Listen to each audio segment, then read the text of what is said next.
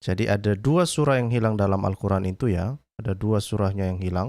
Beberapa kawan di sini yang mencoba untuk merekonstruksi dua surat yang hilang dalam Al-Quran, yaitu surat Khala dan surat Hafaz. Jadi ada dua ya, yaitu surat Khala dan surat Hafaz. Jadi ada dua ya, surat Khala dan surat Hafaz. Hafaz fa dan Dhad Hafaz. Itu dua surat yang tidak ada. Dan sekarang sudah mulai direkonstruksi oleh kawan-kawan yang nakal. Kira-kira bunyi suratnya kayak gimana gitu. Mereka merekonstruksi dari berbagai sumber, tradisi-tradisi awal untuk melihat surat yang nggak ada nih gimana sih bunyinya. Sudah ada yang meneliti dan sudah dipublikasi tentang dua surat yang hilang dalam Al-Quran. The two lost chapters of the Quran. Ini sudah hadir bersama saya beberapa teman-teman ya. Ada Pak Hellboy dan Pak Jibril ya. Ya, saya dengar beberapa waktu yang lalu Jibril katanya sudah mati dan ada kuburannya. Ini cerita konyol apa lagi ini yang ada ini ya? Saya makin nggak ngerti saya ya. Salam Pak Hellboy, apa kabar Pak Hellboy? Ya, halo. Halo Pak, salam Pak. Apa kabar Pak? Ya gimana gimana? Ya, ini saya itu jadi bingung ya. Nggak ngerti ya. Saya nggak ngerti entah yang namanya Scott Oi ini yang paling jago di dunia ini atau dia juga cuma penipu doang ya. Nah, kan harusnya kan Muslim kan harusnya Muslim yang ngomong itu ke saya kan, dan mereka harus datang ke sini dong, buktikan saya bohong. Kan gitu itu saja sebetulnya ya kan. Kan saya juga boleh bilang makanan seperti ini juga untuk demi kebenaran. Ya ya ya ya ya. Babnya kan gini ya. Anggaplah saja hanya untuk di plus 62 ya. Oke. Saya yakin bahwa banyak orang yang Muslim itu lebih pintar daripada Scott Oi ini ya. Betul. Saya yakin ya. Terima kasih atas kejujurannya ya. Masa si Scott Oi ini tahu dia nggak tahu? Kan aneh. Dan juga memang kenyataannya aneh bahwa kalau dia bilang sempurna dijaga, tapi kalau hilang itu ya artinya kan kesempurnaannya hilang ya. Hilangnya sempurna mungkin Pak. Artinya nggak bisa ditemukan itu maksudnya mungkin. Ada yang hilang nggak sempurna coba. Di mana cari? Hilangnya nggak sempurna gitu Pak, bisa ditemukan kembali Pak. Hah? Kalau hilang tak sempurna itu berarti bisa ditemukan. Selanjutnya bisa ditemukan gitu. Oh hilang sebenarnya banyak hal yang dihilang nggak ditemukan juga banyak sebenarnya. Nah tapi sekarang ini, nah itu saya pun juga jadi ini kalau kayak begini jadi bingung. Makanya kok bingung tinggalin aja mendingan ya. Tapi ini Scott OI belaga pinter atau memang dia penipu juga ya. Aneh juga saya jadinya. Jadi ragu saya ini. Tapi di balik di sisi lain kalau dibilang sempurna, kenapa ada yang hilang? Apakah mereka nggak mencari jawaban atau menganalisa gitu ya? Ya kalau untuk saya sih ya, karena saya nggak beriman ya kan terserah aja mau hilang kayak mau apa kayak itu mah bukan urusan saya gitu kan. Jadi ini jadi pusing saya nih. Loh, tadi Tapi gini, ya, kan saya mau nanya gini ya, oke. Bapak tadi kan bilang dua dua surah hilang ya. Ya. Lu tahu dari mana hilang dua? Mungkinnya tiga. Ya setidaknya itu yang dikatakan oleh para cendekiawan muslim ini Pak. Ya tapi dia tahu dari mana? Dia pernah ngeliat yang komplit. Mungkin begini. Jadi di dalam kisah-kisah, di dalam hadis, di dalam uh, sejarah-sejarah Islam, bisa saja juga di dalam tarikh ya. Itu diceritakan tentang kontroversi-kontroversi ayat-ayat Al-Qur'an yang katanya misalnya ini orang ini menceritakan ada ayat ini tapi kok nggak ada di dalam Al-Qur'an. Maka mereka menduga lah ya. Mereka mengatakan oh berarti ini adalah ayat-ayat di dalam surah yang telah hilang itu ya. Nah, tetapi pertanyaannya apakah hanya dua atau tiga ya? Harusnya Muslim yang memberitahu kita itu sih. Tapi setidaknya ada beberapa Muslim mengakui ada dua surah yang hilang selain dari 200 ayat Al-Ahzab tadi itu yang hilang ya. Jadi yang hilang banyak jadinya dong ya. Yang diketahui yang di dalam perdebatan ini dua surah kan. Ya, Tapi apakah seberapa banyak yang hilang itu tidak diketahui jadinya kan ya. betul, betul. Nah, gitu dong. Jadinya kita seenggak-enggaknya ada kejelasan. Ya makanya Umar mengatakan kan, jangan sampai ada seseorang Muslim mengatakan saya telah menghafal Al-Quran kan, tetapi dia seharusnya berkata bahwa saya telah menghafal apa yang tersisa dari yang hilang itu gitu. Si Umar tuh siapa Umar? Itu sahabat Nabi Pak. Sahabat bangsat lu percaya? Aduh. Iya kan maaf. Kita kan sudah sering bertemu nih, Pak, ya. Dan juga menurut saya kita bersependapat bahwa Muhammad itu adalah kayak gembala gembong perampok lah ya. Sahabatnya kan juga sama, mempunyai mental yang sama. Siapa yang peduli dengan ayat itu? Kalau kalau saya jadi kepala gembongnya gitu, anak buahnya namanya si Scott, saya nggak yakin lu percaya sama apa yang gua ngomongin ayat. Yang gua yakin bahwa lu itu nempel sama gua karena lu ada duit, ada kekuasaan, ada yang lain-lainnya. Kita berdua tahu sama-sama apa yang gua ngomongin tentang ayat-ayat nggak kita berdua nggak peduli. Oh, kita merampok kok. Sama-sama kelakuannya gitu ya, Pak. Iya. Kok bisa dipercaya? Siapa yang peduli? Gue tahu lu yang nggak peduli, cuma belaga ini aja. Makanya sekarang dia ngomong si Umar ini, kok kita bisa, dia kan sama-sama bangsat itu dua orang itu. Ya. Ngerti nggak, Pak? Ya, ngerti. Nah, ngerti entar lu kejeblos lu. Masuk jeruji lagi entar. Ya, itu makanya itu yang diharap-harapkan oleh Muslim kan. Open camp Scott katanya, open camp katanya. Aduh, itu mimpi dia di siang bolong lah. Ya, bilang gitu ya. Emang yang sekolah cuma lu doang gitu. Aduh. Ya, di sini Oke. udah ada bergabung juga bersama kita. Nabi katanya, Nabi Gay Name US katanya. Nabi Gayus apa ini, Pak? Salam, Pak. Selamat malam, Pak. Apa kabar, Pak? Selamat. Ya, silakan, Pak. Iya, Pak. Mau bertanya sih, Pak. Pak, itu seotentik apakah keterangan Inang Kambing itu pada tahun berapa atau abad berapa itu ketahui keterangan Inang Kambing ini melakukan perbuatan? Kalau begitu itu berarti bisa diperkirakan dari kisah-kisah Islam ya. Itu bisa diperkirakan berarti terjadi di tahun 632. Sebelum kanonisasinya ya. Iya dong. Iyalah kanonisasi lah itu. Pada saat itu ada musuh-musuh khilafah sudah ada nggak ya? Setelah kematian Muhammad baru terjadi ada perang selanjutnya kan. Dan katanya di dalam sejarah itu ada beberapa penghafal Al-Quran meninggal dari perang itu. Kebanyakan meninggal karena apa, Pak? Karena perang.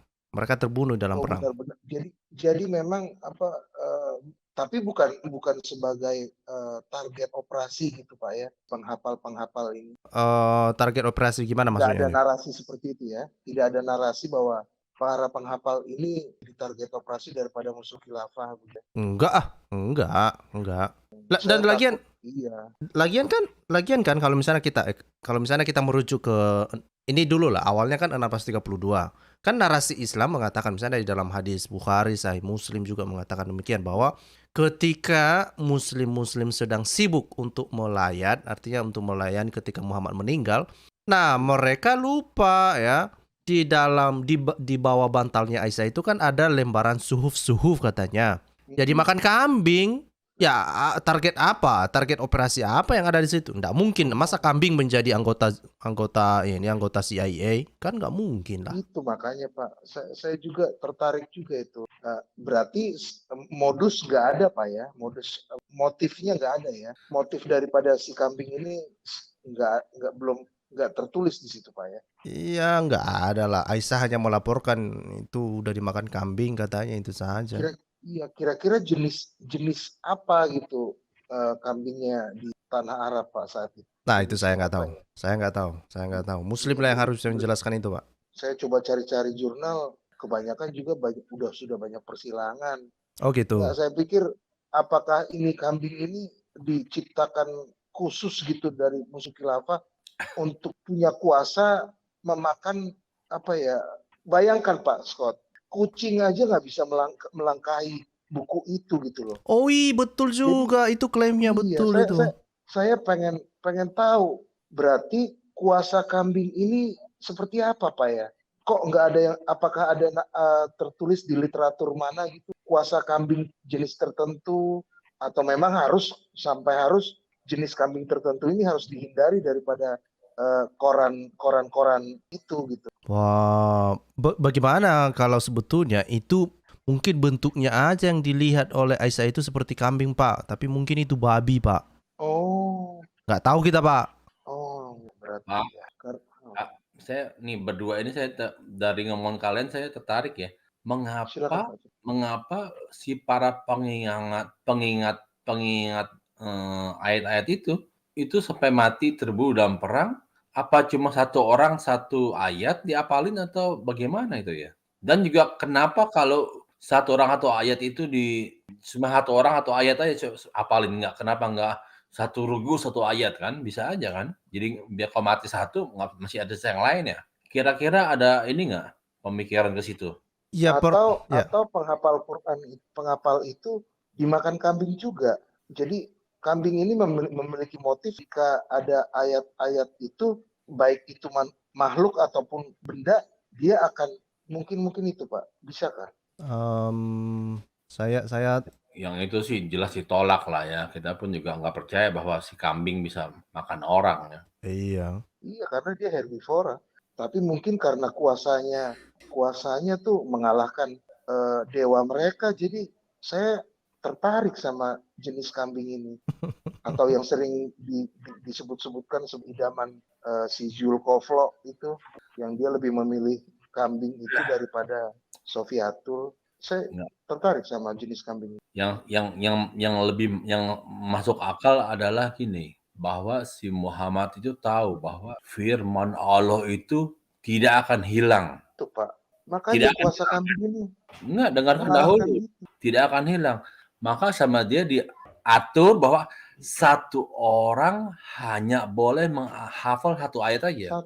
Dan orang itu gue kirim perang. Nggak mungkin mati orang itu. Penghafal itu menghafal titik komanya juga nggak Pak? Ya, yang nggak usah lah. Kan dia kan ngapalin kita juga. Kitab gundu lagi Pak.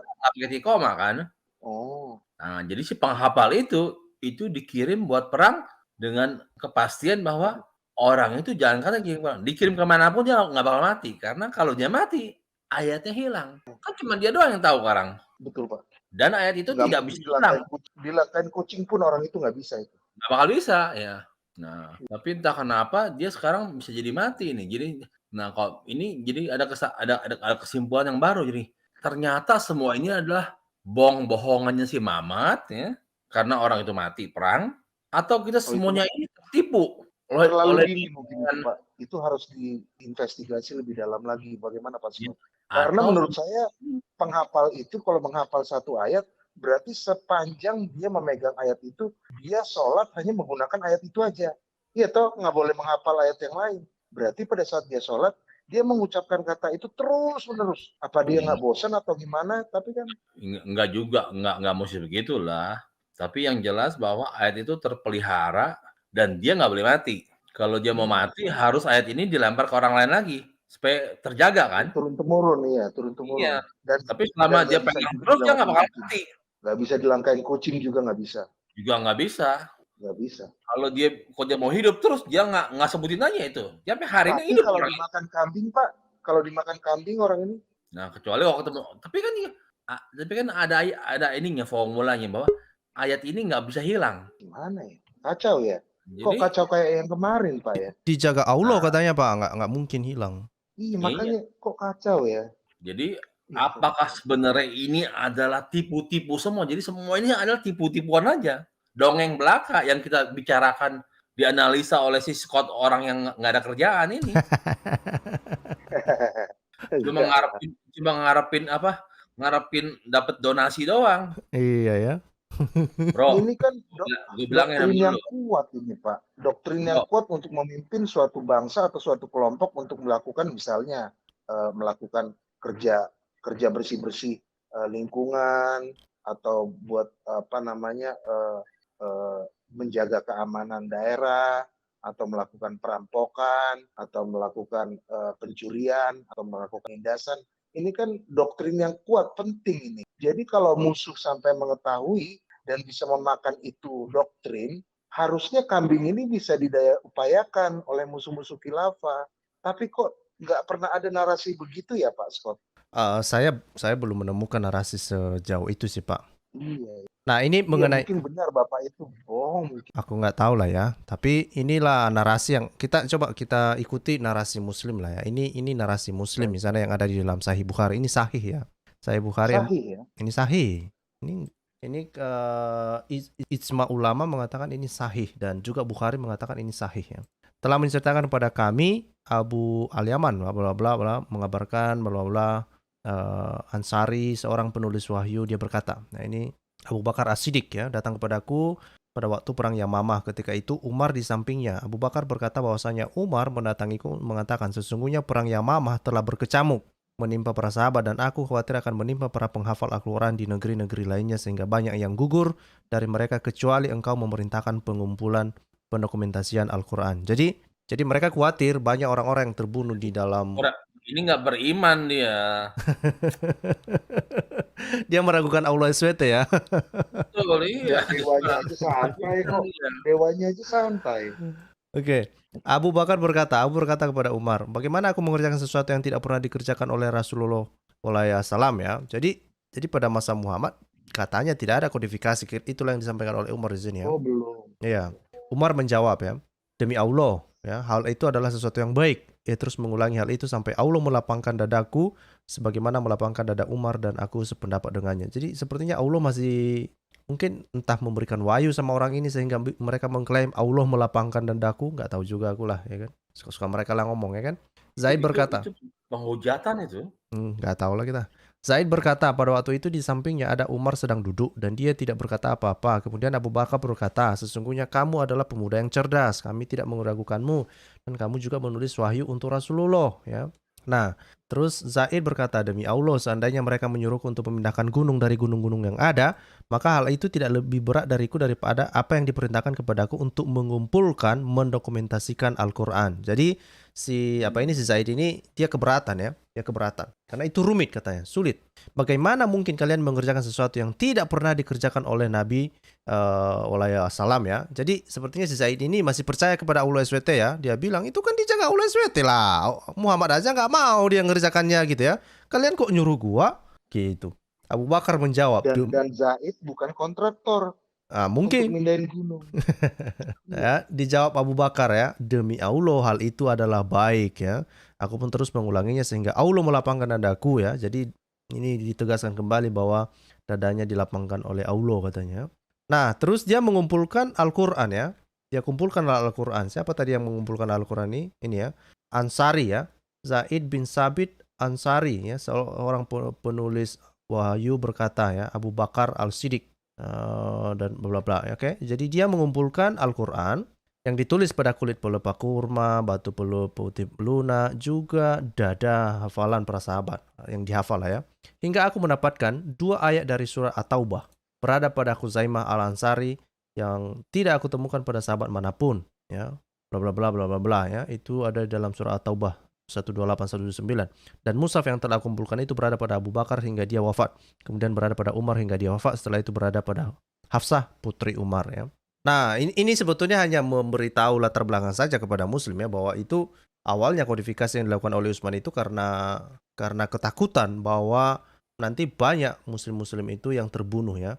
Dan memang di dalam peristiwa perang itu dikatakan banyak penghafal Al-Quran itu terbunuh, makanya Umar mengatakan seperti yang kita baca tadi itu, misalnya di dalam Musnad Ahmad misalnya itu dikatakan bahwa janganlah seorang pun mengatakan saya telah menghafal semua Al-Quran. Ya, bagaimana dia bisa menghafalnya sementara banyak di antara itu yang sudah hilang ya, kira-kira gitu. Jadi ini menjadi perdebatan sengit yang hingga sampai saat ini.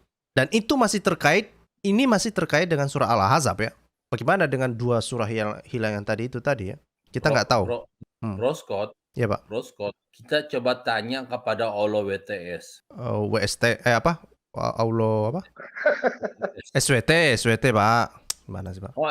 Saya sebalik, saya salah informasi nih. Aduh, ada orang gimana ini Bapak ini? Aduh, jangan. Nah ini, apakah si Allah itu yang memberikan perintah kepada umatnya untuk membuatkan satu buku ya, Al-Quran? Setahu saja bahwa Allah itu mengatakan orang harus menghafalkan dari pendengaran orang yang melafalkan Al-Quran. Jadi bukan dibaca, diapalin, tapi dari mendengarkan orang yang lagi ngapalin. Tapi diluruskan dulu Pak, kalau di kekristenan firman Allah menjadi manusia.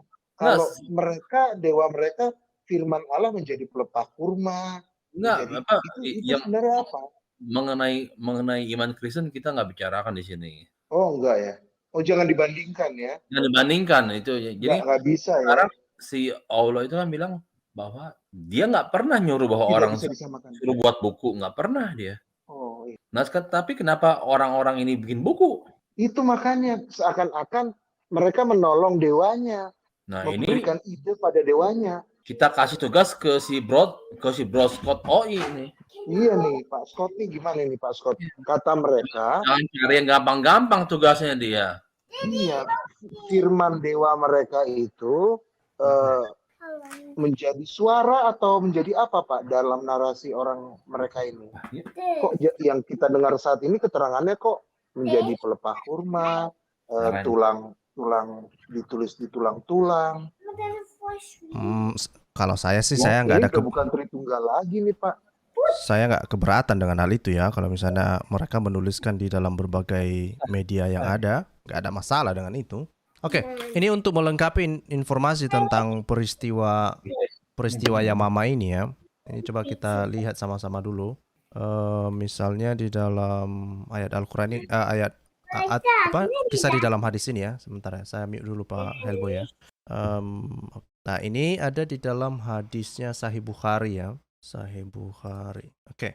Nah apa yang ada di dalam Sahih Bukhari ini katakan telah menceritakan kepada kami Muhammad bin Ubaidullah Abu Sabit bla bla bla bla. Abu Bakar mengutus seorang menemui karena banyaknya korban ya.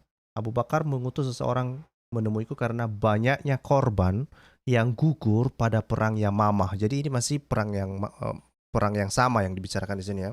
Perang Yamamah ini. Ketika itu Abu Bakar bersama Umar.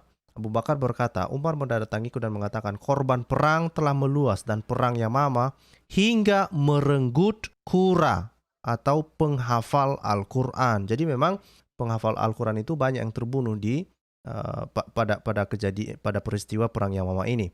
Dan apa yang kekhawatirannya? Dia khawatir, ya saya khawatir jangan-jangan dengan meninggalnya Qura Al-Quran di banyak tempat mengakibatkan sekian banyak ayat Al-Quran akan menghilang. Dan saya berpendapat jika engkau perintahkan untuk mengumpulkan Al-Quran, maka saya menjawab bagaimana aku lakukan sesuatu yang belum pernah Rasulullah lakukan. Umar kontan mengemukakan pendapatnya, demi Allah ini adalah sesuatu kebaikan. Umar tiada henti-hentinya mendorongku untuk melakukan pekerjaan ini dan bla bla bla bla bla bla bla. Tapi di kemudian hari kan Umar sendiri menyadari, waduh banyak juga yang hilang ini gara-gara ini. Makanya Umar bilang kan, aduh jangan sampai ada orang mengatakan ini kita sudah menghafal semua Al-Quran, kita sudah dapatkan semua Al-Quran, padahal banyak di antaranya sudah hilang ya. Jadi ini semua bersaksi ya. Ya, jadi ini semua berasal dari narasi-narasi Islam, ya Islam sendiri ya. Selamat malam Pak Wiwin, apa kabar Pak? Salam. Halo, silakan Pak. Ya, Bapak Bro Scott, teman-teman di live chat ya. Ini Bro Scott, saya penasaran ini mumpung Anda membawa argumennya dari Dr. Munim Siri ya. Nah, ini kan narasinya Dr. Munim Siri ini kan tidak terlalu populer gitu ya. Jadi saya penasaran apa tanggapan dari pihak mayoritas itu ya. Jadi seperti MUI atau Kemenak RI gitu ya, Muhammadiyah, NU itu seperti apa tanggapannya terhadap argumen dari Dr. Munim Siri ini, dan backgroundnya Dr. Munim Siri ini dia sebenarnya dari aliran mana ya, Bro? Munim Siri ini dia menyebut dirinya sebagai sepertinya ya dia bisa digolongkan dalam kategori revisionis lah, kita bilang begitu ya. Sepertinya begitu. Makanya dia mencoba untuk merekonstruksi sejarah Al-Quran ini. Jadi dia memang mengatakan saya bukan tidak percaya Al-Quran, tapi saya hanya mencari tahu sebetulnya kisah yang sebenarnya tentang bagaimana Al-Quran itu sampai ke kita, karena banyak kisah-kisah dalam hadis ini dia nggak yakin itu benar-benar merefleksikan apa yang terjadi. Nah, mengenai respon para orang-orang yang berkuasa lah ya, misalnya ada kalau di Indonesia sepertinya memang belum sampai viral ya, belum sampai booming begitu. Tetapi setidaknya misalnya Muhammad Ali ya, awalnya itu yang diprotes oleh Muhammad Ali adalah tentang polemik Muhammad terhadap Trinitas yang ada di dalam Al-Quran ya. Dan Muhammad Ali menolak. mengenai bidat itu ya. Iya, iya.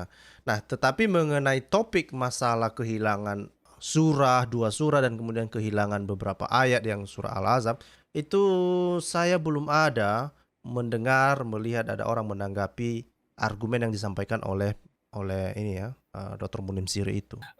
Backgroundnya Dr. Munim Siri ini Sunni, Syiah, Salaf, Sepertinya dia apa, sepertinya dia Sufi, Sunni. Dia Sunni lah. Sunni.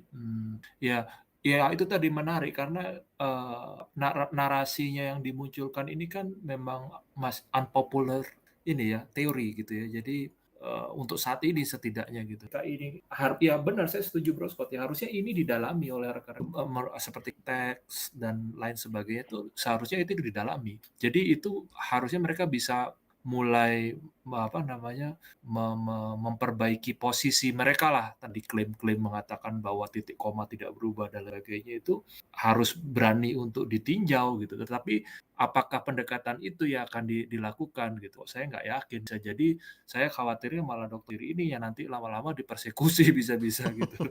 Bisa, iya kan banyak itu yang di luar-luar seperti itu ulama yang sebenarnya ulama gitu ya, tapi hanya berbeda pendapat saja mereka jadi mendapat masalah akhirnya oleh golongan mayoritas kan. Tapi itu urusan mereka lah. Nah, yang jadi pertanyaan saya juga sebenarnya apa yang disampaikan Dr. Munim Siri ini kan juga bukan hanya klaim atau apa ya ngambil dari udara kosong gitu loh. Dia tulis Dia buku, kan Pak. melakukan research, iya, dan itu ada research. Jadi Mhm. saya sih lebih percaya dengan apa ya ininya ya gelar kedoktorannya gitu ya itu nggak main-main itu dokter itu nggak gampang di dokter. Tiba-tiba ada orang jebolan pesantren anak kemarin sore main tolak-tolak aja gitu kan ucup pea itu. Iya kan si Quraish Shihab tolak, ini nanti tolak. Dan lucunya ya Bro Scott ya, ini saya amati ya, kenapa argumen-argumen, Dr. Siri ini tidak dimunculkan oleh para, polemikus yang di YouTuber inilah, saya nggak tuber lah, YouTuber gitu. Kenapa argumennya Dr. Monim Siri ini tidak dimunculkan atau dibicarakan? Kenapa gitu? Kalau saya sih sederhananya melihat ya, nanti silakan Bro Scott analisanya bagaimana. Kalau saya sih melihatnya karena, kalau kita bicara mengenai sumber ya, sesuatu literatur, itu kan artinya Anda membutuhkan suatu literasi, suatu argumen yang harus Anda pahami, Anda baca dulu setidaknya Anda pahami, mengerti sebelum Anda narasikan gitu. Dan saya nggak yakin mereka mau gitu loh, karena itu butuh, apa ya, selain butuh ketekunan juga butuh minat juga Bro Scott. Dan saya pikir orang-orang macam YouTuber polemikus itu ya hanya, mohon maaf bahasanya, ngebacot aja gitu. Jadi apa, ilmunya tuh nggak ada gitu. Jadi memang lebih senang cuman ngomong basa-basi aja gitu. Daripada seharusnya kalau menurut saya, ya hal-hal seperti ini yang dimunculkan gitu loh. "Pak, tanya sama Dokter Munir Syiri, Pak dari mana Anda dapat bisa mengklaim bahwa itu surahnya jumlahnya dulu lebih banyak daripada yang tercatat sekarang? Coba bantu tunjukkan." Nah, langsung ditanyakan kemudian, "Pak, apakah ini artinya bahwa Quran yang sekarang itu tidak lengkap?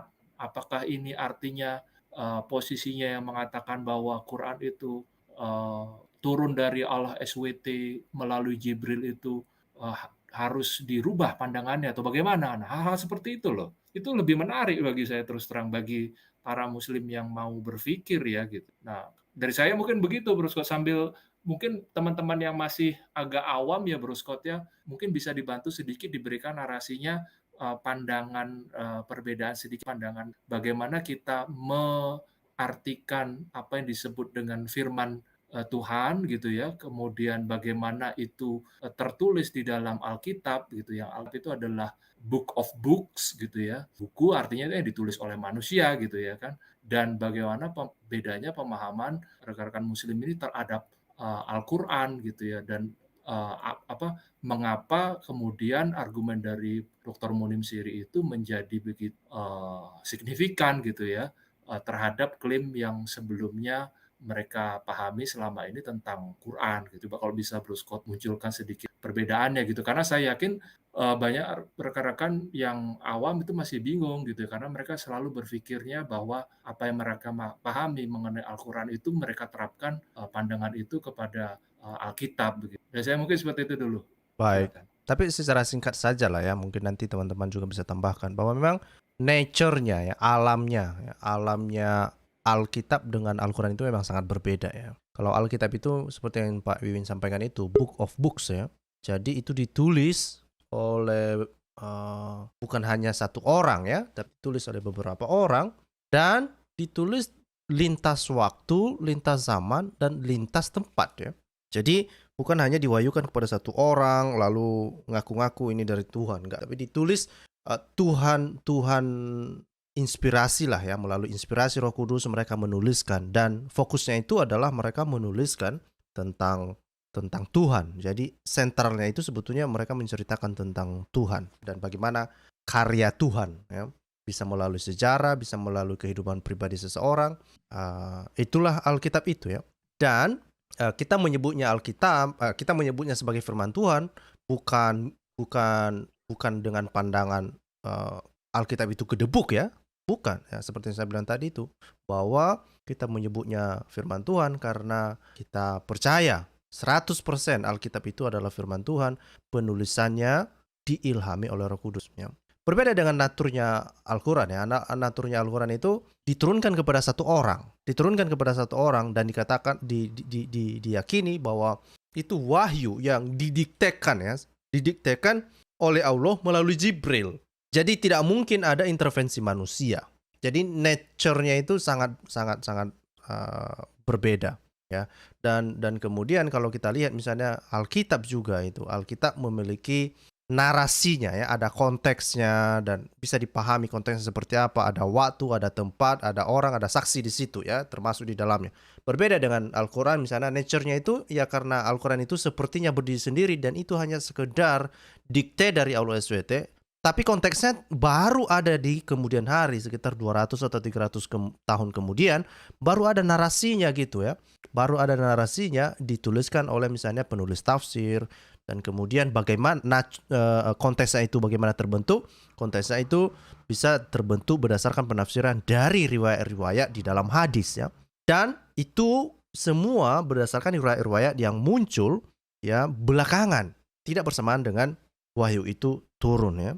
Nah, ini memang natur yang harus muslim bisa pahami. Jadi ketika ada muslim mencoba untuk menyamakan Al-Quran dengan Alkitab itu sangat jauh berbeda ya. Makanya saya berpikir memang kadang-kadang juga saya bisa memaklumi kenapa banyak muslim itu salah memahami Alkitab. Tetapi khusus misalnya kepada para mualaf, tidak mungkin mereka salah paham harusnya.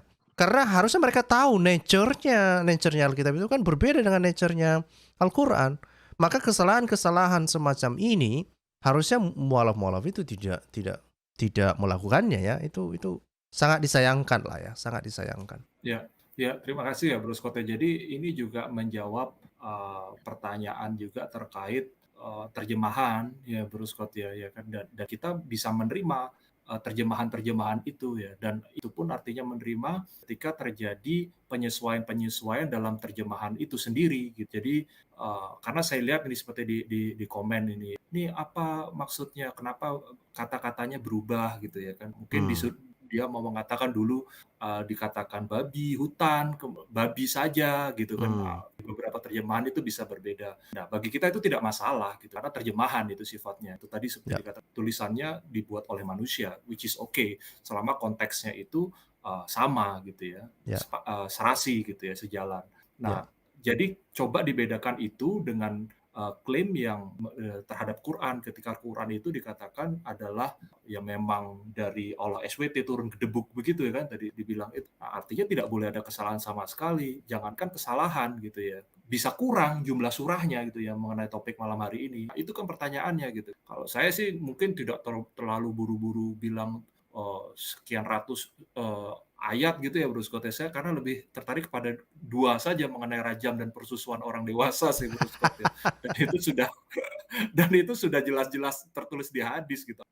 Tidak sahih ya itu hadisnya sahih yang mengatakan, ya kan. Nah, dan itu disebut beberapa kali dan tidak hanya satu hadis saja gitu. Nah, bagaimana rekan-rekan muslim ini menjelaskan? Ini Arius yang di live chat gitu ya. Silakan naik gitu. Ya. Bagaimana Anda menjelaskan hilangnya ayat persusuan itu, Bro Arius? Ya. Dan begini Padahal Pak, kalau ada itu mungkin lebih banyak yang mualaf itu.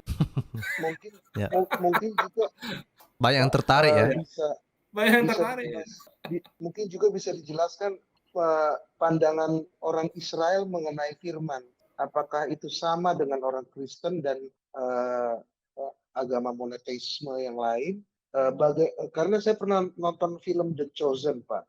Bagaimana zamannya Tuhan Yesus ada sinagog dan bagaimana pembacaan kitab Allah Bapa itu firman Allah itu dibacakan turun temurun dan di sinagog dan orang-orang tertentu saja yang bisa membacakan, sehingga orang pada zaman itu wanita-wanita baru mulai mengerti kitab suci, dan juga bagaimana pada saat pertama kali dari zaman Adam, sehingga itu dituliskan saat kejadian-kejadian itu dituliskan oleh Musa, yang Musa dapatkan di Gunung Sinai. Saya melihat banyak teman-teman yang agama monoteisme lain itu kayak missing sejarah itu, missing penulisan itu. Yang tahu-tahu 600 tahun setelah Masehi, gedebuk dari langit, muncul mereka budaya sendiri, sehingga firman itu dipegang oleh satu orang seperti tadi Pak Scott bilang. Saya rasa nggak bisa lepas daripada bagaimana Israel itu menjadi umat pilihan Pak Scott. Jadi apakah firman itu di orang Israel itu seperti apakah sampai pada orang Kristen menanggapi perjanjian lama menjadi perjanjian baru, karena benang merah itu terlihat, sedangkan mereka tidak ada benang merah sama sekali. Dewa mereka itu menurunkan firman-Nya. Begitu Pak Scott. Mohon dibantu Pak Scott. Oke, saya mencoba untuk memahami apa yang disampaikan oleh Pak Nabi Kainamo US ini ya. Tapi seperti yang saya bilang, saya pikir tidak terlalu sekalipun ada perbedaan gaya penulisan antara perjanjian lama dan perjanjian baru ya, tetapi pada dasarnya baik perjanjian lama dan perjanjian baru seperti yang saya sampaikan tadi tentang Kristus. Ya, itu dituliskan oleh manusia dan melalui di bawah inspirasi lah ya, melalui inspirasi Roh Kudus. Nah, seperti yang selalu saya tekankan, baik itu perjanjian lama maupun perjanjian baru, sentralnya itu tentang Tuhan ya. Dan di dalam perjanjian lama itu ya satu tujuannya ya itu ada yang disebut sebagai ini ya, penyataan progresif lah ya kita bilang ya. Jadi itu pelan-pelan Tuhan menyatakan diri melalui melalui nabi-nabinya, dan kemudian itu dicatat ya. Manusia mencatat, oke, ini yang dilakukan Tuhan dan ini yang akan dilakukan Tuhan, dan termasuk misalnya bagaimana nubuatan tentang Yesus itu mereka tahu ya. Kenapa sampai orang Israel menanti-nantikan seorang Mesias ya? Itu kan berdasarkan tulisan para nabi-nabi itu kan, apa yang disampaikan oleh nabi-nabi, dan kemudian mereka cek tulisannya dan mereka menemukan ada pewahyuan semacam itu kan. Makanya mereka memiliki harapan kan. Mereka memiliki harapan untuk melihat ke depan ada Mesias yang akan datang. Dan ketika Yesus mengatakan akulah dia, dan orang Israel kan tidak percaya kan, orang Yahudi pada saat itu kan mereka nggak percaya. Kamu ini kan anak tukang kayu kemarin, itulah kira-kira yang mereka bilang kan. Masa kamu ngaku gitu kan? Dan itu timeline-nya jauh-jauh Pak, berabad-abad itu timeline-nya, dituliskan keturunan siapa dari mulai Adam, Nuh, itu makanya saya bilang tadi bahwa memang Alkitab itu ditulis oleh orang yang oleh beberapa orang lintas zaman dan lintas tempat, dan tujuannya satu gitu. Sekalipun itu ditulis oleh orang yang berbeda, misalnya di tempat yang berbeda dan di waktu yang berbeda, tujuannya satu, sentralnya itu satu, ya, tentang Tuhan, dan mereka memberitakan tentang Mesias yang akan datang. Kalau kita merujuk kepada perjanjian lama ya, makanya Yesus selalu makanya kan Yesus selalu mengatakan kan, Musa menulis tentang aku ya. Kitab para nabi menulis tentang aku. Jadi Yesus sendiri mengatakan demikian ya. Karena ya itu memang memang Alkitab ini harus dipahami secara menyeluruh, maka kita akan mengerti, oh, itu masuknya kenapa Tuhan Yesus mengatakan Musa menulis tentang aku dan segala macam Iya ya. Pak, mereka seperti kayak missing gitu, ada waktu yang hilang, ada narasi yang hilang, ada yang sejarah yang hilang daripada pemahaman mereka, Ya, saudara-saudara kita sederhananya yang begini. non-netizen. Sederhananya begini sebenarnya. Perjanjian lama itu ibarat sebuah pertanyaan yang butuh jawaban. Oke? Oke, siapa sih yang mau akan datang ini? Kira-kira itulah salah satu pertanyaannya kan. Siapa sih Mesias yang akan datang ini? Nah, semua tentang ciri khas ya, karakter dari Mesias ini, misalnya Mesias yang akan datang ya, yang dinubuatkan, karena ada banyak juga Mesias ya. Tapi Mesias yang dinubuatkan yang akan datang. Itu pertanyaan-pertanyaan semacam itu ada di dalam perjanjian lama. Jadi ibaratnya perjanjian lama itu adalah sebuah pertanyaan. Perjanjian baru itu adalah jawaban. Makanya kalau ada orang hanya membaca perjanjian baru tanpa membaca perjanjian lama, ya ibarat seseorang yang dapat jawaban, tapi jawaban untuk apa? Gak tahu dia. Kita nggak tahu ini kenapa sih Yesus datang ke bumi? Ini kenapa sih Yesus harus mati? Ini kenapa Tuhan Yesus sih harus lahir melalui perempuan? Itu jadinya.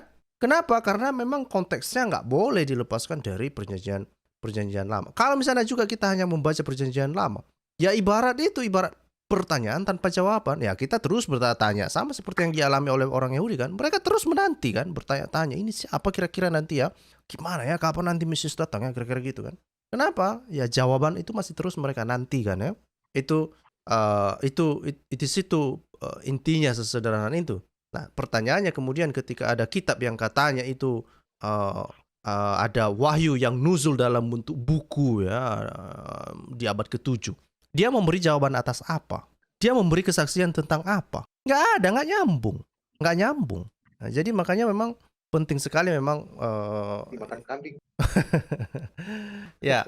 Ya, ini ya Bro Scott, sebagai tambahan ya, kalau saya pribadi kadang-kadang saya berpikir kenapa ya rekan-rekan Muslim ini mereka kekeh sekali ya menggunakan klaim bahwa Quran itu tidak dipengaruhi oleh campur tangan manusia, itu ya, begitu kan, bahkan sampai titik komanya gitu. Kenapa itu, Bro? Yang bisa saya lihat ini ya, karena hanya itu adalah satu-satunya argumen ya yang bisa membenarkan klaim bahwa kitabnya mereka ini adalah yang benar. Itu cuma satu-satunya, Bro Scott. Karena kalau dilihat dari sudut pandang yang lain, dibandingkan komparasi sebelumnya atau bukti-bukti sejarah yang non-religius lah ya, yang kitab tulisan-tulisan orang Romawi dan lain sebagainya gitu ya, itu nggak ada yang mendukung posisi mereka gitu. Jadi memang hanya satu-satunya argumen klaim yang mereka miliki itu memang itu gitu loh. Ada Itu self-proclaim ya Pak ya? self proclaim ya, hanya sendiri, Iya. hanya mereka sendiri yang mengaku itu gitu, karena yang lain tidak mendukung. Nah, baik itu sejarah seperti saya bilang tadi ataupun kitab-kitab sebelumnya gitu ya, yang kitab tentunya yang kita miliki itu ya, Alkitab itu ya. Nah, Boleh nggak Pak dikatakan padahal maaf sebentar butuh saya selesaikan dulu. self-proclaim? Padahal Ya. sebenarnya kalau kita cermati kembali gitu, posisi dari klaim mereka itu sebenarnya justru menguntungkan kita, Bro. Menguntungkan kita. Kita jadi justru bisa membuktikan bahwa ini loh, kalau kamu mengklaim bahwa ini adalah memang benar-benar firman dari Allah SWT, kenapa ada kontradiksi-kontradiksi di dalamnya gitu. Jangan salahkan kita yang dikatakan nantinya mencari-cari kontradiksi, bukan. Karena itu challenge-nya kan dari Quran-nya mereka. Quran mereka mengatakan kalau kamu bisa menemukan kontradiksinya berarti ini memang bukan dari Allah SWT kan. Dan ternyata memang ada kontradiksinya di dalam itu gitu. Dan dengan klaim bahwa itu datangnya dari Allah SWT seharusnya tidak ada kesalahan di dalamnya. Tapi nyatanya yang saya katakan tadi kitab sebelumnya sejarah itu menyatakan itu salah. Jadi sebenarnya posisi mereka ini melemahkan mereka sendiri sebenarnya. Kayak orang nembak, saya bilang tuh nembak kaki sendiri gitu. Nah, harusnya kalau mereka di posisi yang lebih lebih bisa bermanuver, mereka akan mengatakan itu sebenarnya terjemahan saja gitu. Tetapi tidak gitu loh. Mereka mengatakan itu turun gedebuk dari langit gitu. Cuma tambahan aja ya Bro Scott ya, bahan renungan bagi rekan-rekan gitu. Jadi sebaiknya mungkin kalau Anda yang sifatnya kritis ya, Anda mungkin lebih sekarang mulai mendekati narasi atau argumen yang ditawarkan oleh Dr. Munim Siri sebenarnya kalau menurut saya ya Bro Scott. Ya. Gitu silakan. Baik. Oke, sebelum kita dengarkan dari Jibril yang telah modar, masih ada ditambahkan Pak Nabi Kain Naim US? Tidak, saya melihat di literatur mereka itu butuh suatu self proclaim ya, butuh seperti seakan-akan membutuhkan penegasan dari kalangan mereka sendiri bahwa mengatakan ini adalah dari dewanya gitu loh Pak. Seakan-akan mereka butuh penegasan itu, butuh penguatan itu. Yang mereka lawan siapa? Coba kita lihat tentang eh, Allah Abraham, Ishak dan Yakub. Mereka nggak butuh pengakuan daripada bangsa-bangsa lain.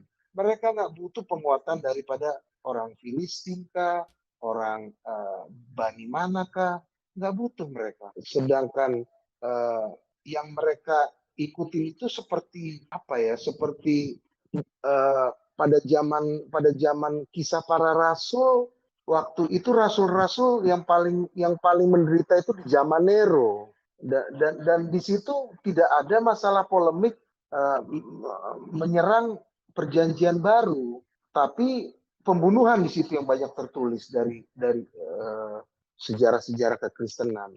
Dan orang-orang perjanjian baru nggak sibuk membela dirinya bahwa ini dari dewa atau dari Tuhan. Jadi saya lihat gitu ada perbedaan karakteristik daripada pembawaan bagaimana bertuhannya orang-orang ini, monoteisme ini, Pak Scott, begitu. Jadi makanya saya tadi bertanya tentang bagaimana pemahaman mereka mengenai firman, nuzul menjadi apa, mengenai Allah Bapa, mengenai roh. Kayaknya mereka banyak sekali mengalami misi sehingga dari kelompok mereka banyak mencari jalan keluar praktis seperti oknum-oknum tertentu menyamakan Roh Kudus dengan Jibril, jalan-jalan pintas gitu yang bisa paling tidak mungkin udah sekelas Takia ya, menyelamatkan mereka dalam periode tertentu begitu. Begitu Pak Scott. Baik. Thank you, Pak.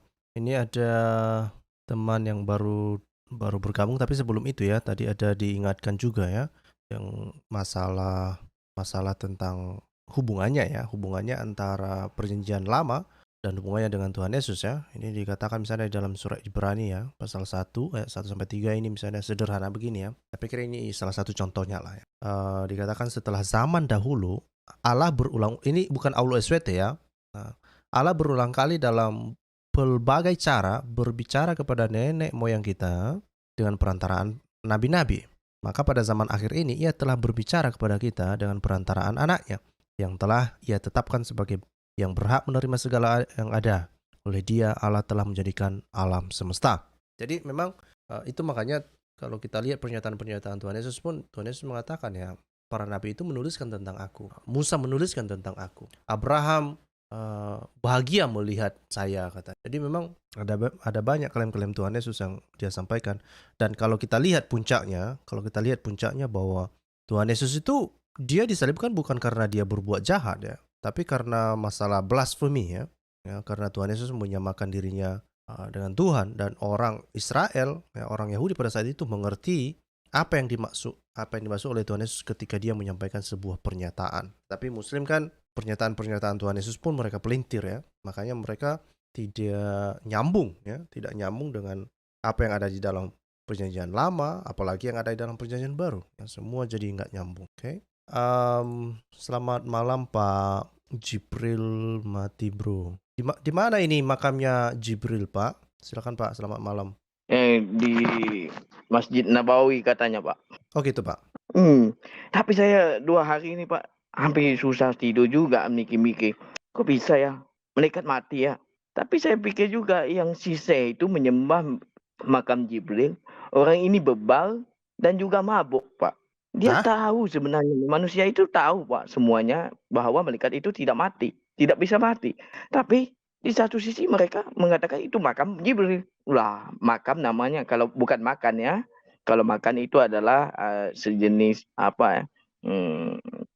jejak atau sesuatu lah, peninggalan sesuatu itu namanya makan. Ini kan makam Pak Scott. Oh gitu.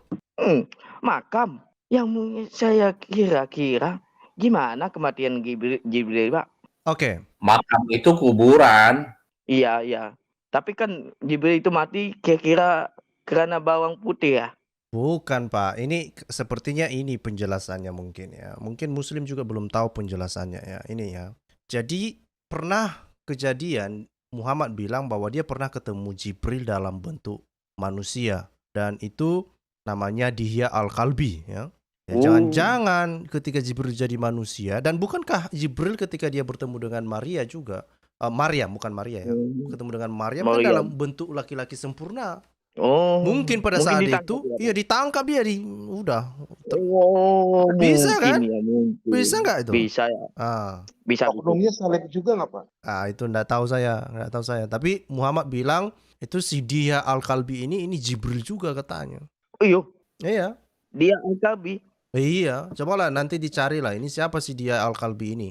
Kenapa Muhammad Tapi menyebutnya kalau Jibril? saya membaca ini Pak Bro Scott, dia Al-Kalbi ini sama zaman dengan Iyas Ibnu Kabisa, Pak. Nah itulah ya, Satu itulah. famili Kak. Bagaimana yang ditulis ini ada kaitannya dengan Iyas Ibnu Kabisa. Mampus lo Benar, jawabannya lo. benar Pak. Kalau Saya Ibnu tidak. Abi Isal itu kan tukang puisi lah. Kalau si dia ini adalah seseorang lelaki ganteng yang ada di Banu Quraiza. Beda. Iya Pak, Iyas Ibnu Kabisa. Ya, kita merujuk kepada apa judul tadi ya. Ya, kalau bagi saya begini ya. Satu, kalau mereka mengatakan menuduhkan kita bahwa kita mencuri kitab Yahudi, satu, pertama, di dalam kitab Alkitab, yaitu kitab yang Alkitab orang Kristen percaya sampai sekarang, yaitu Tuhan Yesus datang untuk menggenapi. Namun, di dalam kepercayaan Yahudi, kedatangan Mesias, yaitu Yahweh itu adalah menggenapi seluruh segalanya dan menutupi segalanya dan akhir sebuah cerita. Nah, itu perbedaannya. Nah, membuat itu dari situ orang Yahudi tidak tidak menyanggah dengan sekerasnya dengan kekristenan. Namun kalau mereka mengatakan bahwa Yahudi tidak percaya Tuhan Yesus itu Tuhan, ya kita tahu pun dari awal dulu pun kita tahu disebabkan mereka tidak percaya Tuhan Yesus itu adalah Tuhan, mereka membunuh dia. Nah, di situ aja kita tahu pun. Bukannya kita tidak tahu kan, Bro Scott, gitu. Dan yang kedua, kita melihat sampai hari ini, sejarah kekristenan itu masih kekal dan kokoh dan masih utuh sampai hari ini sama dari mula awalnya kedatangan Tuhan Yesus sampai sekarang. Benda itu tidak pernah berubah dan sejarah itu kukuh dan terjamin dan terjaga di Israel. Itu menandakan bahwa Yahudi menyanjungi sebuah ajaran. Walaupun ya memang kitab kita itu berbeda, keyakinan sudah berbeda juga sebab Yahudi tidak mempercayai Tuhan Yesus. Kita pun tahu juga itu tidak usah kita orang Kristen menutupi hal itu. Kita tidak takut hal itu kalau ada orang mengatakan begitu. Dan yang kedua, Ketiga, Pak. tetapi ketiga, di dalam Alkitab kita tidak menyanggah dan menghujat atau membatalkan hukum Taurat dan keyakinan orang Yahudi. Dan yang kedua dan yang keempat adalah tidak ada dalam kata di dalam Alkitab kita mengutuk Tuhannya orang Yahudi. Namun di sebuah kitab itu mengutuk kitab orang Yahudi tetapi dituntutnya adalah sama Tuhannya. Ya, masalahnya begitu. Kan namanya Tuhan yang tidak sama itu Pak. Ya, kedua tidak Kelima. ada di dalam lima. Ini yang chapter kedua. Tapi kalau yang kelima kita melihat di sini Pak. Di dalam literatur Yahudi itu sangat dilarang keras poligami. Apakah tidak ada orang Yahudi melakukan poligami? Ada. Tetapi kalau ada yang melakukan itu adalah melanggar hukum Taurat. Itu tandanya. Kalau mereka mengatakan bahwa ada orang Kristen poligami, ada, memang ada. Tetapi beliau melanggar Alkitab. Beginilah dikatakan begini. Jika dia seorang rakyat Indonesia tetapi melanggar hukum perintah Indonesia, itu bermakna dia itu sudah melanggar. Tetapi beliau tetap saja menjadi orang Indonesia. Begitu juga orang Kristen yang melanggar undang-undang dan peraturan di dalam Alkitab.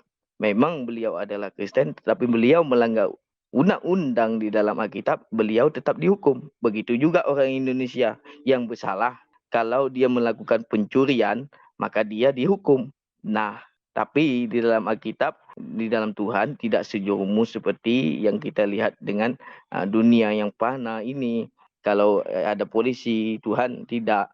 Tetapi Tuhan mengatakan, bertobatlah dan berilah dirimu untuk dibaptis dan bukakan hati dan berikan hatimu, persembahanmu kepada Tuhan yang berkenan. Begitu. Demikian Bro Scott. Saya mau tanya Pak Wiwin dulu nih, Bro Scott, boleh tak? Pak Wiwin, saya minta tolong nih Pak Wiwin, minta link yang tempo hari itu Pak Wiwin, tafsir itu Pak Wiwin. Tafsir ya. Ya QS 53 itu Pak ya, 531 Pak, ayat 1. Maksudnya dari Al-Quran apa? QS 531 Pak. 53 ayat 1. Maksudnya diambil daripada ada tafsirnya Tabari. Tafsir Tabari Pak. Tabari. Al-Quran apa? Tabari. Al-Quran Kemenat atau hadis.com? Oh, itu dia komentari ya Pak ya. Jadi coba dicari aja Pak. Nanti saya coba bantu linknya. Mungkin masih ada sama saya. Tabari ya? Iya. Oke, demikian dulu Bro Scott. Baik. Tuhan Yesus memberkati. Jangan percaya kepada malaikat yang bisa mati Pak. Kalau yang malaikat bisa mati menuju ke neraka.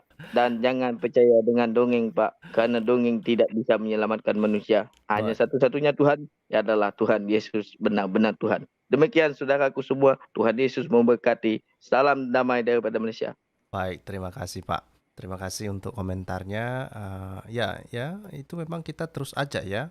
Kalau bagi kamu yang belum menerima Yesus sebagai Tuhan dan Juru Selamat, kita mengajak ya untuk menerima Yesus sebagai Tuhan dan Juru Selamat. Karena hanya melalui Yesus memang ada jalan keselamatan. Tidak ada di tempat lain. Kalau yang lain itu mah niru-niru aja itu. Oke? Ini ada Muslim di sini namanya M. Hatim Ali. Ya, dia bilang begini ya. Ini ada komentar lucu menurut saya. Ini saya naikkan dulu komentarnya. Dia berkomentar. Dia bilang begini. Memangnya Nabi Musa itu dari Yunani sehingga Torahnya merek Yunani. Ya, itu dapat dari mana info itu? Saya nggak tahu. Justru kita mengundang M. Hatim Ali ini kalau gitu jelaskan ke kita yang mana Torahnya Musa yang berbahasa Yunani. Ini si M. Hatim Ali ini datang dia ke sini berkomentar entah apa-apa, tapi aku nggak tahu dia ini membaca atau tidak sih komentar-komentar dia ini. Itulah, Pak. Tampak bodoh sekali Pak. Statementnya bodoh sekali gitu. Aduh, gimana sih ini ya? Kemarin kita sudah bahas ya, ini mungkin M. Hatim Ali ini mungkin baru bergabung dia mungkin ya. Jadi begini ya, Muslim. Allah SWT mengatakan bahwa dia tidak mengutus nabi ya kalau tidak kepada kaumnya. Kenapa? Karena itu supaya dia bisa nabi itu diutus kepada kaumnya supaya mereka ngerti lah ya dalam bahasa yang sama. Mereka memiliki bahasa yang sama itu. Saya kurang tahu, saya lupa itu di mana ayatnya. Kemarin sudah diingatkan oleh Pak Wiwin. Nanti kita carilah. Nah, Allah SWT mengatakan demikian, bahwa dia tidak mengutus Nabi kalau bukan pada kaumnya. Ya, kenapa? Karena masalah bahasa. Pertanyaannya kemudian, bukankah Allah SWT mengutus Isa? Dan Isa itu kan katanya Injil ya. Lah sementara Injil kan dalam bahasa Yunani. Jadi apakah Isa ini diutus kepada orang yang Yunani atau orang Yahudi? Coba. Gimana ini? Muslim gimana ini? Jadi saya berharap ya Muslim kalau berkomentar setidaknya miliki pemahaman dasar. Jangan asal bacot aja. Janganlah habis waktu kita untuk menanggapimu ya. Padahal kamu yang nggak belajar. Uclim itu terbiasa Bro Scott. Bro Scott nggak tahu aja. Kalau Bro Scott berdiskusi dengan mereka langsung face to face, dia gampang. Dia bilang untuk mengetahui kebenaran itu dengan siapa yang menang aja. Jadi langsung lu digebukin, dibunuh, udah beres, selesai. Lu salah, kalah lu. Nah, dari kebiasaan seperti ini dalam berdiskusi secara online, dia juga pakai metode yang gampang, jangan ngomong aja, kayak orang mencret, udah selesai. Ya, ya. Memang susah, Pak. Kalau mereka memang susah, nggak akan bisa apple to apple kalau mereka tidak membaca perjanjian lama, Pak. Coba ini komentarnya lagi, Pak. Ini komentar Muslim, Pak. Coba ya. Yesus itu orang Yahudi, tapi yang ngatur Yesus jadi Tuhan malah orang Yunani. Dapat dari mana sumbernya ini? Ini Muslim, aduh, aduh, Di planet kenapa mana tinggal dia? Aduh, kamu ini dari mana lah keluarnya? Aduh. Ya, makanya. Oke. Ya, Muslim, ayolah belajar ya. Itu untuk menjawab pertanyaan-pertanyaan semacam ini. ngeri, Pak. Bangsa ini ngeri. Iya, dan ini juga ya Bro Scott ya. Jadi kayak saya harap ya teman-teman yang di live chat Malu. kita fokus sama topik saja gitu kan, karena banyak juga rekan-rekan yang lain itu yang memang sengaja distract ya, jadi jangan diikutin lah gitu, biarkan saja lah mereka itu. Kalau saya juga melihatnya selama tidak bicara hal-hal yang kotor gitu atau spam gitu ya saya tetap akan saya biarkan gitu ya. Tapi ya itu tadi, coba aja lihat mereka bertanya, kenapa kok kamu takut nggak mau jawab. Ya bagaimana kita nggak takut sama orang bodoh, ya mau buang waktu kita nanggapin orang-orang bodoh gitu. Jadi harapan saya teman-teman fokus aja gitu sama apa yang sedang disampaikan, topiknya di video-videonya Bro Scott gitu ya. Saya mengerti rekan-rekan punya keinginan gitu ya untuk membantu, untuk menjelaskan gitu. Tapi perlu diingat juga tidak semua orang punya niat baik untuk mau mendengar dan mau belajar. Jadi ya tidak perlu dipaksakan juga gitu ya. Lebih baik ya kita tetap fokus saja dengan topiknya. Kalau memang mereka mau belajar, mau berdiskusi, tentunya mereka akan naik kan, bicara dan ngobrol dengan kita yang di sini kan, untuk bertukar pikiran kan. Saya pikir begitu ya. Jadi ya jangan terdistract lah, bagi saya begitu. Oke. Ini satu lagi ya. Ini sekali lagi ya. Muslim dan secara khusus kepada M. Hatim Ali, ini ada pertanyaan berikutnya yang bilang, waktu Yesus belum mati apakah sudah ada Injil? Yang mana dulu ya? Pertama ya, kalau kamu merujuk kepada Injil kebenaran, Injil kerajaan sorga, ya Tuhan Yesus memberitakan itu. Tapi kalau kamu berbicara tentang kitab Injil, maka jelas-jelas itu baru ditulis setelah Tuhan Yesus kembali ke sorga. Oke? Jadi sekali lagi kami ulang-ulang, nature-nya Alkitab dan Al-Quran itu berbeda. Ya, Alkitab itu bukan gedebuk seperti Al-Quran gedebuk, ya kan? Nggak kayak gitu ya, nggak kayak gitu. Dan ini adalah salah satu kesalahan terbesar dan sangat nyata dari Aulo SWT Aka Muhammad ya, yang mengatakan bahwa Isa itu menerima kitab Injil. Nah, sebetulnya M. Hatim Ali dan Muslim yang mendengarkan ini, kamu bukan mengolok-olok kitab kami sebetulnya. Kamu sudah mengolok-olok Al-Quran, kamu sudah mengolok-olok Muhammad. Kenapa? Karena Aulo SWT mengklaim, mengatakan Isa menerima kitab Injil. Itu konyol ya. Karena kenapa? Kitab Injil baru ditulis setelah Tuhan Yesus kembali ke surga. Dan itu pun yang menulisnya itu adalah murid-muridnya Tuhan Yesus ya. Sebagian murid-murid Tuhan Yesus, sebagian juga murid-muridnya Tuhan Yesus, kira-kira gitu ya. Jadi ayo dong Muslim, ayo dong upgrade diri ya, belajar. Gak ada gunanya asal komentar. Apa gunanya? Asal komentar hanya kamu menunjukkan ketidakmengertianmu tentang apa yang dibicarakan. Yang kita bicarakan hari ini, sekali lagi ini saya tampilkan deh ya. Yang kita bicarakan hari ini apa? 2 surah hilang di dalam Al-Quran. Fokus ke sini. Mengapa ini 2 surah ini bisa hilang? Ya. Dan itu dikatakan tadi surah Al-Ahzab itu sama panjangnya seperti surah Al-Baqarah. Al-Baqarah 238, sementara surah Al-Ahzab saat ini cuma 73 ayat ya, 72 ayat lah ya, 72-73. Maka diperkirakan ada 200 ayat yang hilang dari surah Al-Ahzab. Harusnya kamu naik ke sini, berdiskusi dengan kita, jelaskan ke kita, oh gini loh dulu itu yang 200 ayat itu loh, itu dimakan kucing sebagian, dimakan kambing sebagian, lainnya itu dikunyah-kunyah oleh sahabat Nabi. Gitu dong. Harusnya gitu. Atau kamu punya penjelasan yang lain. Jangan kamu mutar ke sana, mutar ke sini, nggak nyambung lagi, entah apa-apa. Atau si Arius lah yang ada di live chat, silahkan naik dong. siapapun ya. Atau di sini kan ada si Anas ini ya, Anas Malaysia misalnya ya. Ya silakan jelaskan ke kita ini ya. Jelaskan ke kita kemana kedua surah ini. Nama surahnya itu tadi itu salah satunya adalah surah Hafiz ya. Kemudian kenapa bisa hilang? Siapa yang makan? Oke. Nah, mari kita dengarkan dulu, ada sahabat kita di sini. Teman kita ini ada namanya petugas surga ya, petugas surga. Selamat malam Pak petugas surga. Salam, selamat malam. Apa kabar Pak? Silakan Pak. Oke, selamat malam semuanya di Indonesia. Ini kan membahas tentang surah yang Al-Quran yang dilakukan dimakan kambing, tapi dimakan sama onta sendiri. Jadi kan mereka kan senangnya suka minum kencing onta. Jadi ya mungkin dimakan ya ayat sucinya mereka di dua surah yang hilang itu udah dimakan onta. Gitu aja. Terima kasih. Baik. Ya, tapi itu kan masih satu ayat ya Pak. Tapi ini ada 2 surah yang hilang memang. Ini yang terus kita tanya. Ya, Ya. memang hilang. Tapi itu kan kita kan membahas tentang 2 surah itu kan.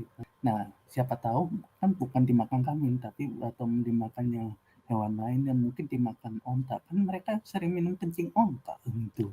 Ya makanya itu saya tanya Pak. Itu jangan-jangan bukan hanya kambing yang makan. Gitu. Iya. Ya.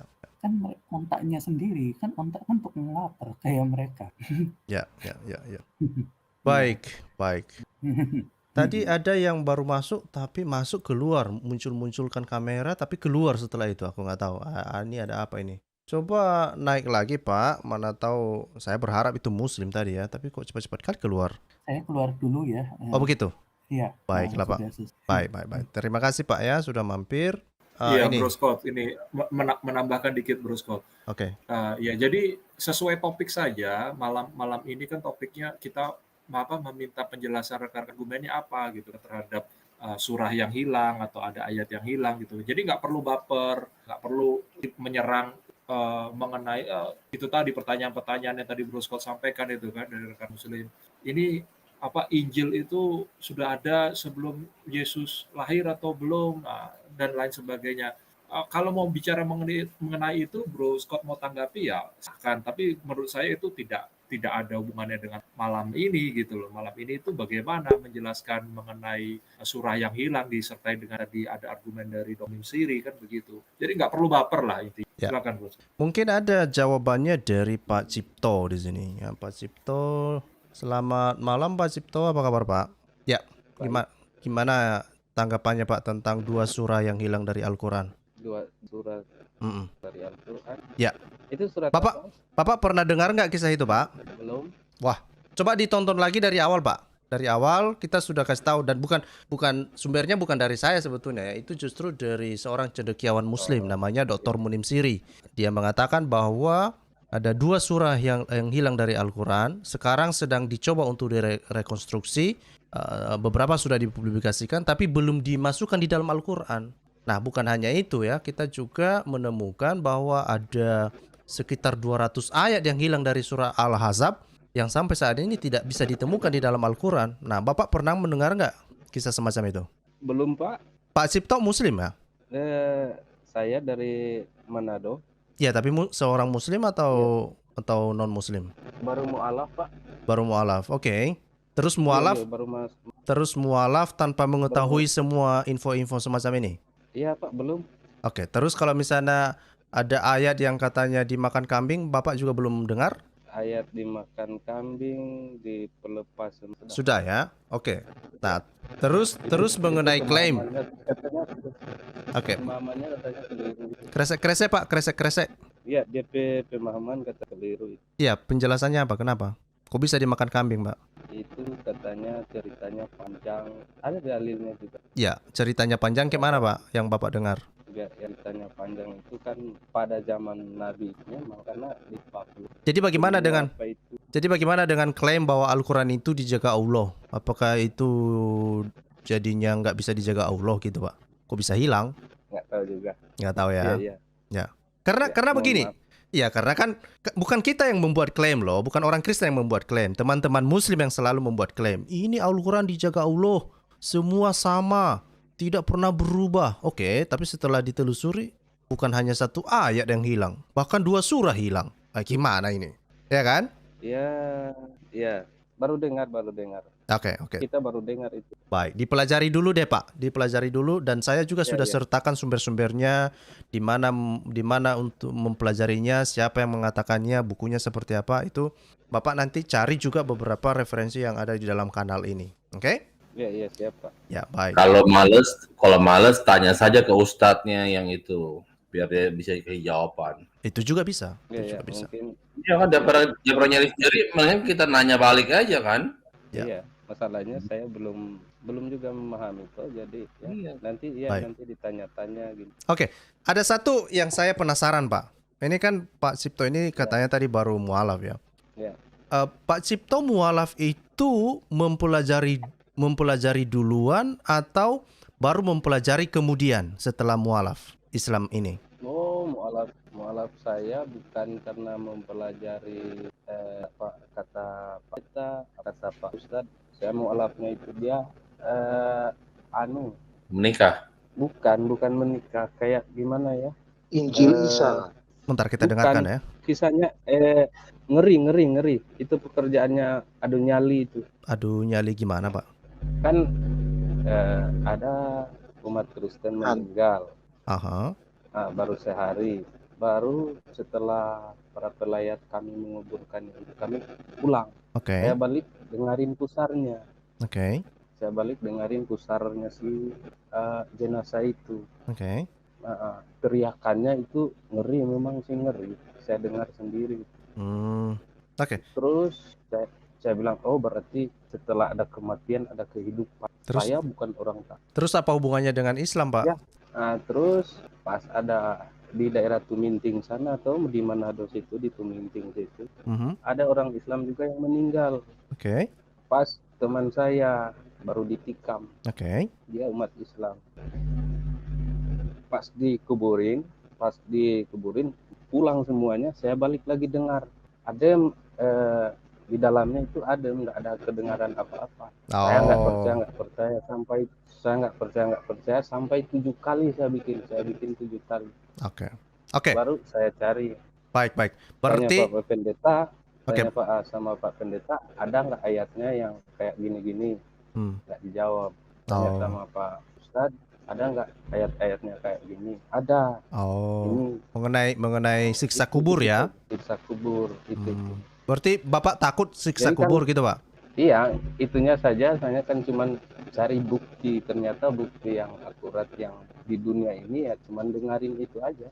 Oke. Saya penasaran nih Pak, ada beberapa pertanyaan yang mau saya tanya sama Pak Cipto ini. Saya penasaran karena Pak Cipto ini baru mualaf juga. Oke, saya kurang tahu apakah Pak Cipto pernah mendengar, dan saya berharap sudah ya.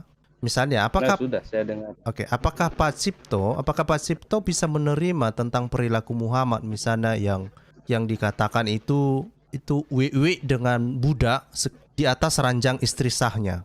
Gimana itu, Pak? Itu sebenarnya semua katanya salah paham tentang itu. Secara pemahamannya aja yang salah. Bukan Pak Ustadz juga di sini imam.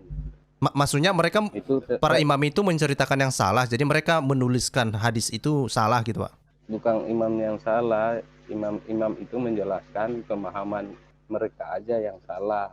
Nabi Muhammad itu sampai kawin gitu, katanya itu kan para sahabatnya itu ikut berperang. Pas pulang ada ibu-ibu yang hamil.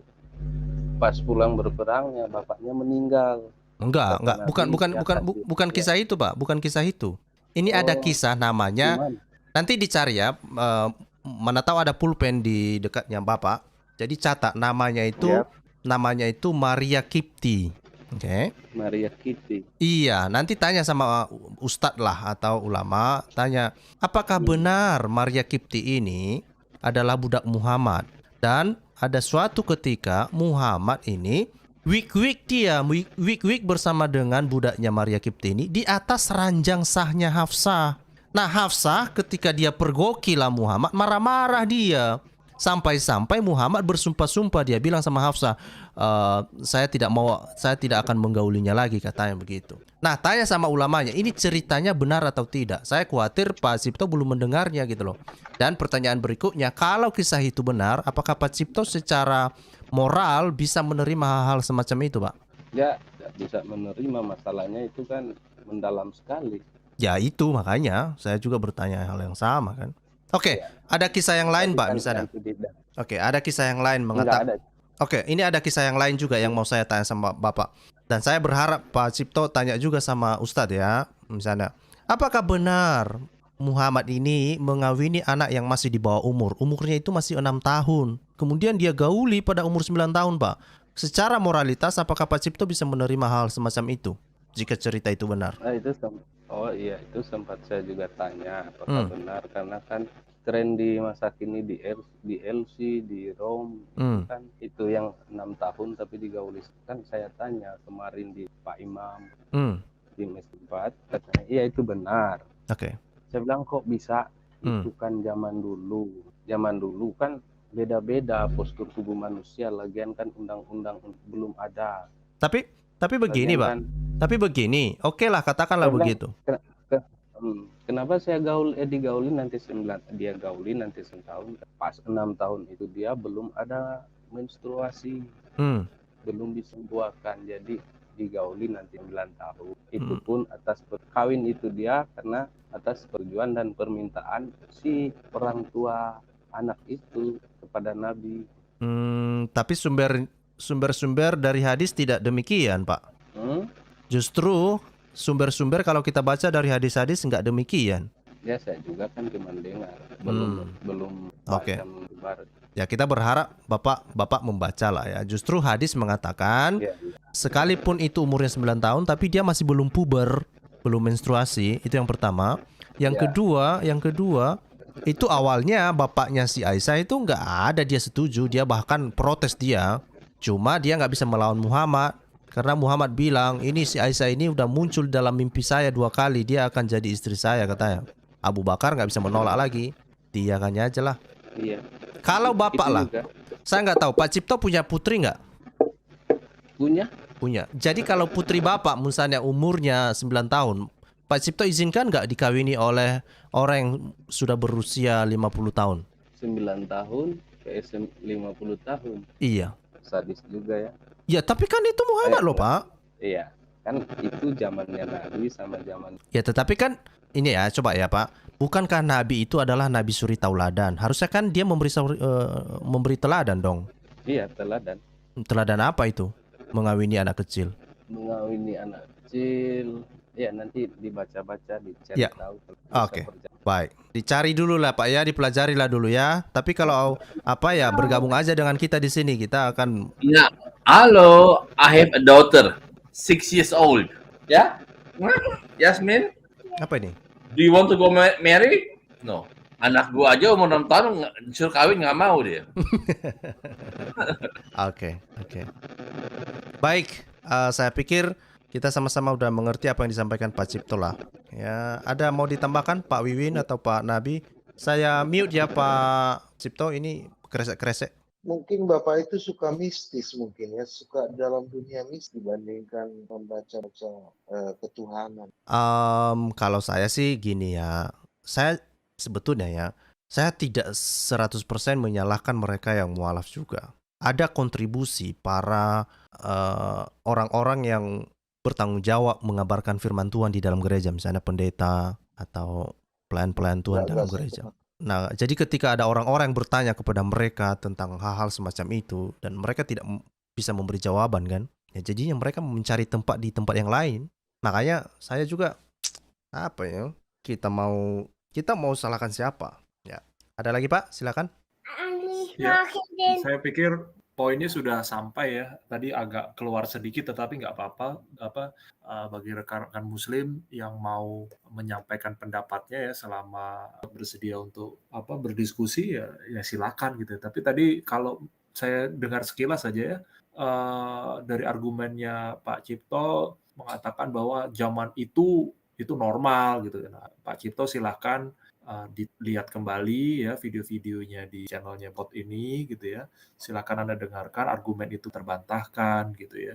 Bahwa bagaimana mungkin Anda mengklaim bahwa pada saat itu suatu yang normal gitu ya. Sementara aturan-aturan atau bahkan kitab-kitab sebelumnya yang ada sebelum Quran itu yang sudah ada jauh lebih dulu, lebih tua daripada peradaban di zaman Nabi itu ya, Nabi yang menikahi anak umur 6 tahun itu mengatakan tidak boleh menikahi anak kecil, menyakiti anak kecil itu tidak boleh. Jadi bagaimana mungkin Anda menggunakan argumen bahwa pada zaman Nabi kemudian menjadi normal? Itu nggak masuk akal. Nah, itu silakan Anda tinjau kembali video. Tapi balik ke topik lagi, ini Bro Scott, ya dari saya mungkin sebagai closing statement juga, pertanyaannya adalah posisi apa sekarang yang Anda gunakan rekan-rekan Muslim gitu ya?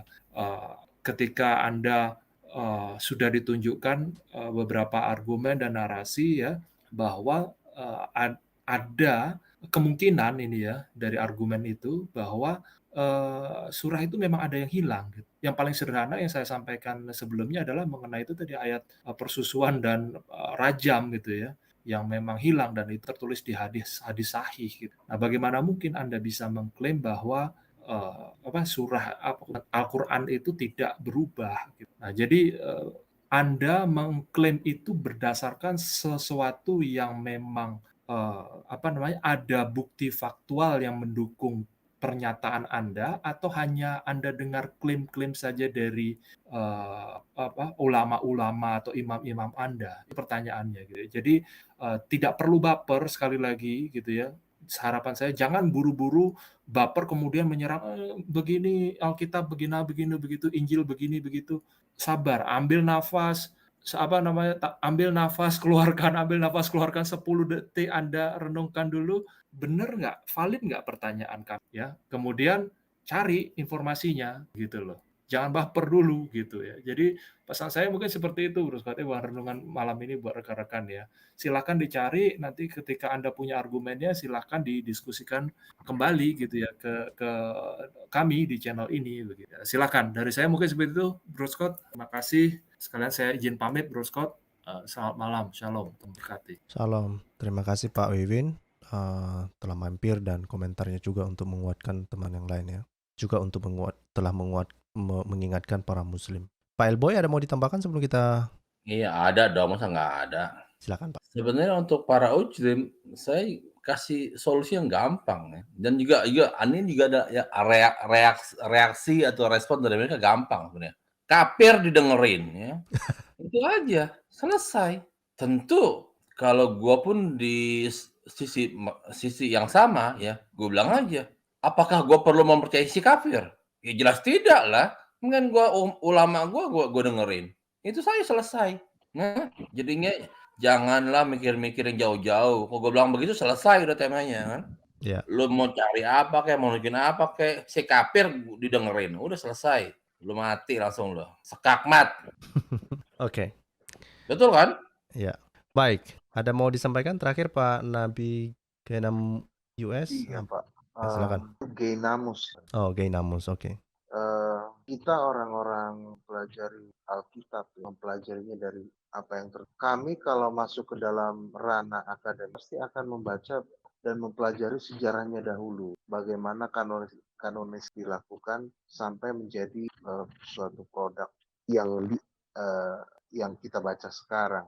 Produk itu juga tidak terlepas daripada rasul-rasul kita dahulu. Jadi editornya itu jelas, pengkanonisasiannya pasti jelas. Itu kalau kita masuk ke dalam ranah akademik, sarjana teologi dan praktisi-praktisi dalam bidang. Waktu terbatas, tenaga terbatas memang. Jadi, tapi kalau kami ada sedikit tenaga lebih, waktu lebih, kami pasti akan melakukan. Yang ingin saya tegaskan adalah bagaimana sebenarnya pengkanonisasian mereka itu, apakah itu dibuka segamblang, sebebas apakah itu dipaparkan bagaimana pengkanonisasian mereka, ada berapa kitab yang tidak dimasukkan, ada berapa kitab yang dimasukkan, mana yang sah, apa bedanya dengan hadis, apa bedanya dengan tafsir dari dunia akademis mereka, apakah mereka paparkan dengan jelas gitu, dan itu dari ranah, dan mungkin kita juga kalau memang membantu ya menjembatani ini semua, apakah perlu orang-orang yang pengikut Kristus ini membantu untuk mencari Injil Isa itu. Terima kasih Pak Scott. Salam sejahtera semua. Baik. Terima kasih Pak sudah mampir dan komentarnya juga ya.